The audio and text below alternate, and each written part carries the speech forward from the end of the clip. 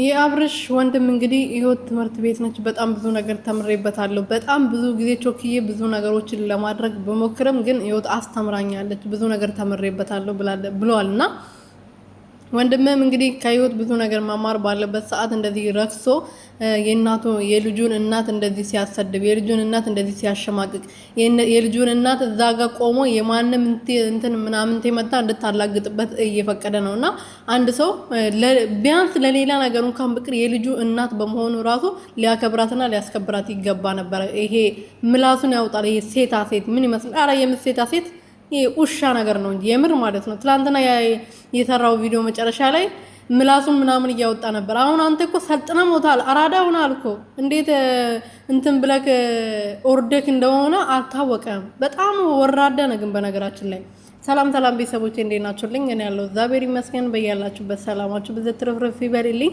ለዚህ ቤት ለዚህ ቻናል አዲስ የሆናችሁ ሰብስክራይብ እያደረጋችሁ ቤተሰብ ሁኑ እና አንድ ሰው የልጁን እናት ሊያስከብር የልጁን እናት ቢያስከብር ራሱ ይከበር ነበር። ግን የማንም ኮተት መጥቶ የልጁን እናት ላይ አፉን እንዲከፍትበት ስንት ነገር እንድትባል እየፈቀደ መጥቶ በዛሬ ደግሞ እኮ እሷ አጠገቧ ባይቆም እኮ እሺ አጠገቧ ቆሞ እንደዛ ሲያላግጥባት ምን አለበት እዛ ጋር አንቀሽ ግደኝ ነው ያለኝ ማለት ነው። እና ቤተሰቦቼ ደግሞ ማታ ሩትዬን በህልሜ ያየዋት ማለት ነው። በህልሜ ምን እንዳየው ልንገራችሁ ማለት ነው።